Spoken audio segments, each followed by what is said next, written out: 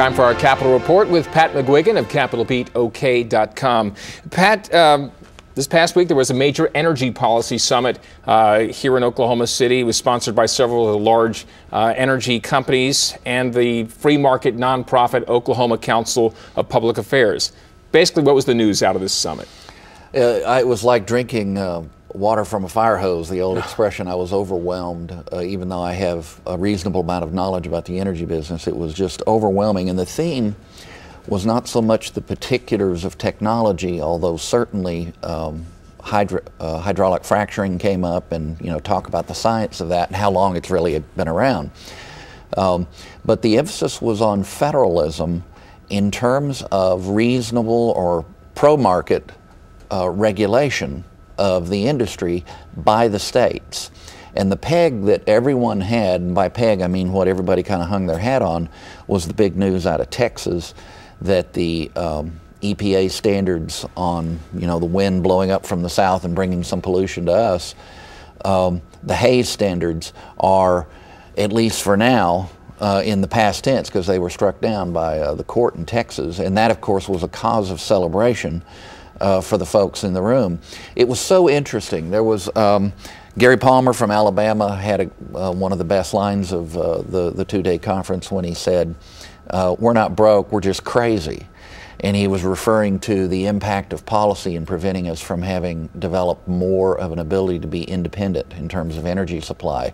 And of course, that's no longer just rhetorical and theoretical because of the Bakken and other dramatic things, the Dakotas and even here in western Oklahoma, actually laying out the possibility of a long-term scenario for America to be using most of its energy coming from domestic sources of power. It was very exciting in that respect. The founders and the finders, one speaker from the state of Washington had a great line that the founders of America were really more like finders. And what he meant by that was that they found, based on what had happened in the colonial days and in prior history, they found the right mix of separation of powers, what we call federalism, between the different levels of government, to create a system that was unique in human history. So the theme was energy, and yet it touched these broad, optimistic kind of views of America. It was a very uplifting and also very energetic couple of days. I can imagine it probably touched on the presidential races. The energy industry is paying close attention to that. What's the mood among these people? Well, my friend Jim Roth was there, so I think there was probably at least one Obama supporter, and no doubt there were others. There were some PR folks and a couple other reporters.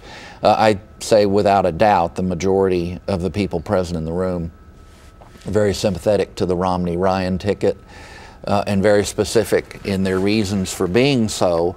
It was a policy conference, so the discussion was about the things the Obama administration have done that are impediments to further growth in energy policy. So yes, it was a Romney-Ryan crowd for the most part. There was some diversity. All right.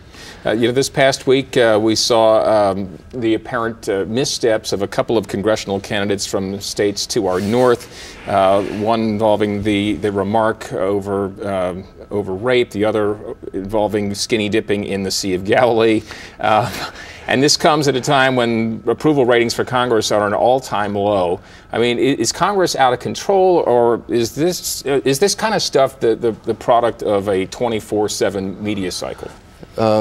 Good question. Let me go back to the energy conference briefly, because Tom Coburn made a really good speech at the closing session promoting his book, The Debt Bomb. And he talked about many things, and one of them was the model of sacrificial leadership or servant leadership. The interesting thing about the founders of America, and what Coburn's saying we need again, are people who are willing to sacrifice nearly everything in order to achieve something that would appear selfless, and yet to create a system where people could accumulate wealth and spend it as they see fit. That was real interesting. And his point was, in the broader context, things like you just referred to, we are unfortunately probably getting a Congress that's kind of representative of the country. And if we want to elevate the country, we have to look in the mirror and start with ourselves if we want to improve leadership. One other thing about Coburn, he encouraged Mitt Romney to run all of his major speeches past his wife, Ann Romney, and he said, if she has any suggestions or changes, make them. I thought that was pretty intriguing, and that in some ways was one of the newsiest things that happened in the conference. So it was interesting how both those tied together. Fascinating. Yeah. All right, well, you can read more about these and other topics at capitalbeatok.com.